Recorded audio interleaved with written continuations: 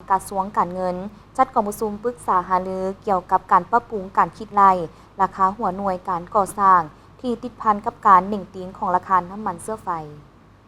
ในวันที่27 เมษายน 2026 กระทรวงการเงินได้จัดกองประชุมปรึกษาหารือเกี่ยวกับการปรับปรุงการคิดไล่ราคาหัวหน่วยการก่อสร้างที่ติดพันกับการเหน่งติงของราคาน้ำมันเชื้อไฟ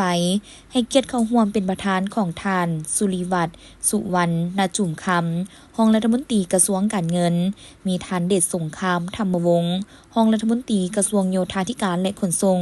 พร้อมนี้ก็มีทานหัวหน้ากรมประเมินผลในการจัดซื้อจัดจ้าง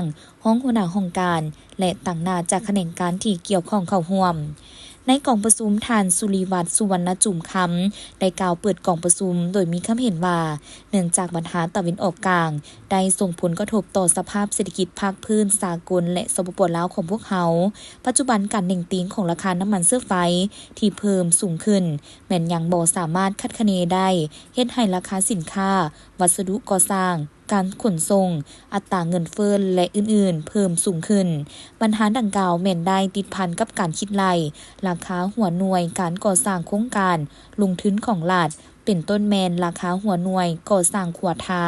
ทางน้ำเคหสถานกันเจือนน้ำประปาชลประทานไฟฟ้าและอื่นๆซึ่งนับแต่ท้ายเดือนกุมภาพันธ์ 2026 เห็นว่าเจ้าของโครงการจากบรรดากระทรวงองค์การรัฐเทียบเท่าศูนย์กลางและท้องถิ่นมีจังหวัดโลธาบ่ส่งเอกสารโครงการมาประเมินย้อนมีความกังวลจะกำหนดราคาหัวหน่วยเท่าใดมาคิดไล่จึงจะเหมาะสมในการเสนอและการรับรองผลการประเมินท่านอุตแก้วดวงศิลป์หัวหน้ากรมประเมินผลและจัดซื้อจัดจ้างได้ฮู้ว่าการเพิ่มขึ้นของราคาน้ำมันเชื้อไฟเห็นให้มีผลกระทบต่อมูลค่าโครงการมีการเปลี่ยนแปลงเพิ่มหลายขึ้นจากสภาพดังกล่าวเห็นว่ามีจังหวัดโลธาจากบรรดากระทรวงองค์การรัฐเทียบเท่าและท้องถิ่นมีความกังวลในการกำหนดหัวหน่วยราคาเท่าใดมาคิดไล่จึงจะเหมาะสมในการเสนอและการรับรองผลการประเมินเพื่อความเป็นเอกภาพกันในการนำใช้ในขอบเขตทั่วประเทศตามการแบ่งขันคุ้มครองและตามสภาพพื้นที่ตัวจริงซึ่งปัจจัยพื้นฐานจะปรับปรุงราคาหัวหน่วยในครั้งนี้ประกอบมีอัตราแลกเปลี่ยนสกุลเงินกีบกับเงินตราต่างประเทศโดยเฉพาะสกุลเงินดอลลาร์สหรัฐและเงินบาทราคาน้ำมันเชื้อไฟราคาน้ำมันกระส่วน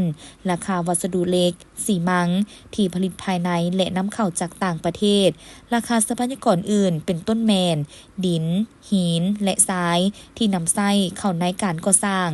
พร้อมนี้ในกองประชุม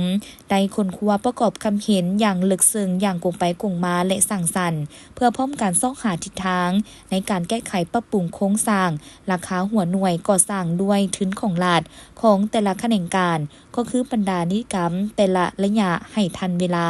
เพื่อนำใช้เป็นบอนอิงในการค้นคว้าขึ้นแผนโครงการเพื่อประเมินผลปี 2026 ก่อนพิจารณาเข้าแผนการลงทุนของรัฐปี 2027 และปีต่อไป